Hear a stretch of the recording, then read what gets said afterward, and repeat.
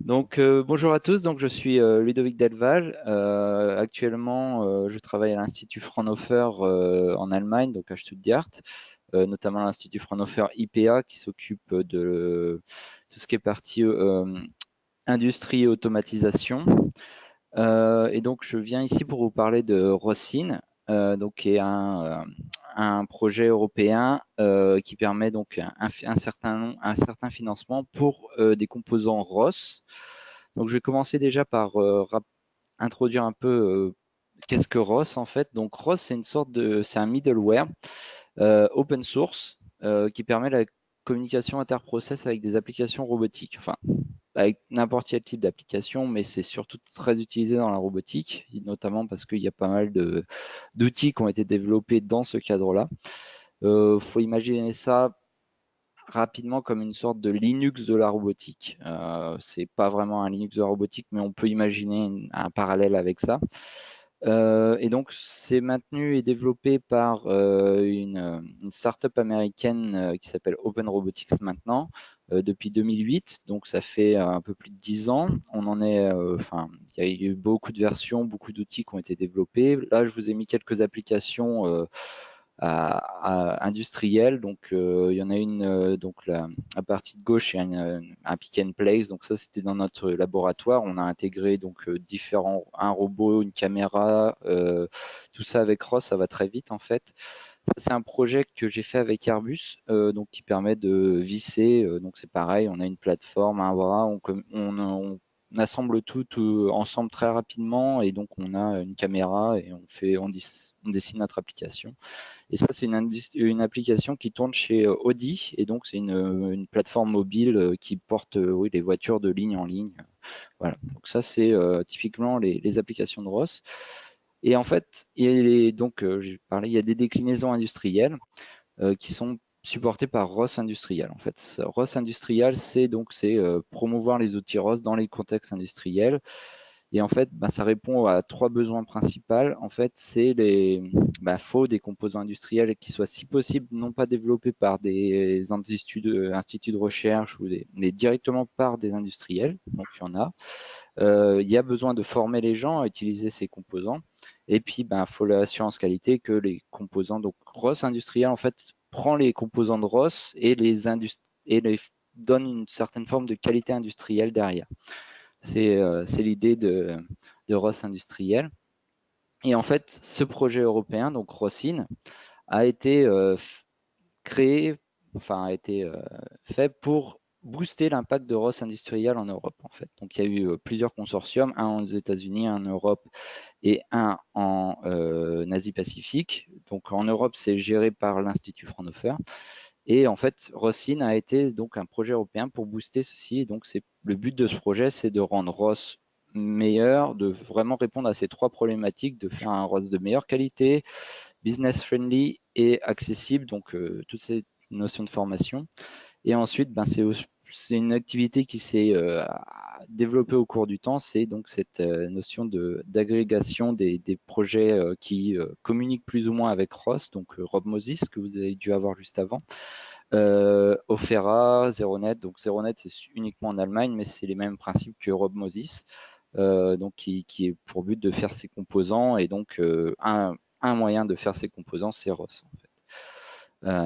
Voilà, donc ce projet est géré est coordonné par TU Delft. Et donc, il y a trois points principaux, comme j'ai dit. Il y a la qualité du software, le côté business et la partie éducation. Donc là, ce qui va nous intéresser surtout, c'est la partie business, c'est le FTP.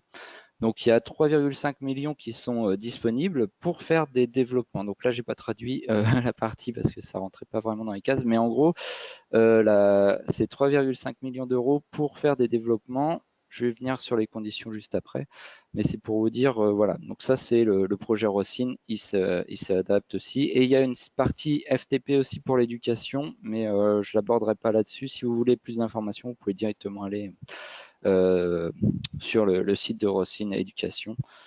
Voilà. Donc les FTP, en fait, comment ça se passe? Donc le FTP finance un tiers du coût du développement du software. Donc on ne finance pas de hardware, on finance uniquement du software via le FTP. Et seulement un tiers du coût du développement total. Donc généralement, en fait, le FTP, c'est 3 milestones. En gros, on dit qu'on finance la première milestone, donc qui est un tiers du projet. Voilà. La prochaine deadline, donc c'est là où c'est un peu juste, c'est que la prochaine, c'est le 14 juin, donc c'est dans une semaine.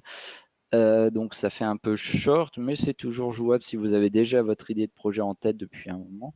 La suivante sera le 13 septembre pour cette année, donc il y en aura encore 2 l'année prochaine si ma mémoire est bonne. Pour l'instant, on a 39 FTP approuvés, donc là vous avez, en fait, vous pouvez voir les résultats un peu, qu'est-ce qui a été approuvé. Il y a vraiment de tout. Je vais en montrer quelques-uns que je connais bien, mais voilà. Donc, et pour l'instant, il y a la moitié du budget qui a été dépensé, donc il y a encore de la place pour des projets ambitieux pour les sujets robotiques comme ça. Donc, juste pour donner un petit peu l'overview, donc il y a pour l'instant 50% des FTP qui sont dirigés par des intégrateurs et 15% par des PME ou des fabricants de composants robotiques. Pour l'instant, ça c'est voilà. Après, il y a des instituts de recherche, il y a aussi des collaborations entre instituts et fabricants. Donc tout ça, c'est possible dans le cadre de l'application à Rossin.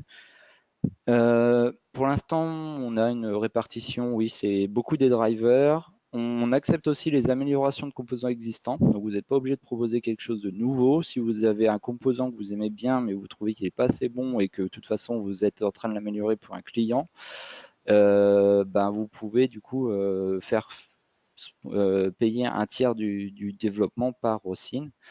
Et donc, toutes ces choses-là, il y a aussi des choses qui ne sont pas forcément liées directement au hardware. Ça peut être aussi juste du quality checking. Donc là, il y avait ouais, du license checking. Il y a du quality checking, de l'intégration continue. Tout ça, ça peut aussi rentrer dans le cadre de Rosine. Et là, j'ai mis trois sujets qui sont EdgeStream. Donc ça, c'est par exemple, typiquement, c'est de l'abstraction. Donc c'est vraiment, ils définissent un DSL, donc un Domain Specific Language, pour les composants de robotique industrielle. Et donc ça, c'est, enfin, ils définissent les interfaces ROS, comment ça doit s'interfacer, ce composant-là, une sorte de standard pour ROS.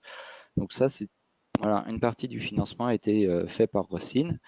Robotic Language qui est un peu, mais plus au niveau, pas hardware, mais au niveau application, donc qui couvre aussi ce genre qui est aussi financé par Rossin, et un générateur de trajectoire qui est en cours de développement avec Pils. Donc les trajectoires classiques que vous retrouvez en robotique industrielle, les Lean, les PTP, les cirques. Donc tout ça, il n'y avait pas, enfin, dans ROS, il n'y avait pas encore quelque chose pour supporter ces trajectoires-là qui sont très classiques dans l'industrie. Donc ben, avec Pils, on travaille dessus du coup sur ce générateur de trajectoire. Et donc, pour postuler, donc il y a cette adresse là, donc le rosinproject.eu/ftp. En gros, oui, c'est ça, c'est les dossiers, c'est 5 pages. Alors, l'objectif, c'est d'écrire ben, le projet, ce que vous comptez faire, pourquoi vous voulez le faire, donc quel est le besoin industriel un peu derrière, et et l'objectif que vous voulez atteindre, et un peu comment vous allez structurer votre projet. Structurer dans le sens, le but c'est de faire des solutions open source, donc c'est de mettre en open source derrière, et donc il y a toute cette notion de maintenance, de choses comme ça, d'intégration continue, qu'on apprécie voir dans les dossiers. Donc ça, il y a une partie qui est dédiée à ça, donc c'est voir un peu ce que vous voulez faire, comment vous allez faire, et aussi avec qui, donc si vous voulez faire une collaboration. Donc on évalue, oui, tous les 3 mois, en gros, les applications. La notification d'acceptation, c'est 2 semaines en gros. En gros, à la fin de la deadline, il y a 2 semaines où on se réunit pour discuter des projets, de les évaluer. Voilà, si on a besoin de plus de documentation, en fait, on peut relancer la personne en demandant oui, on voudrait un peu plus, une deuxième pas sur l'évaluation. Et donc, c'est 33% du développement du coût du software, donc pas de hardware.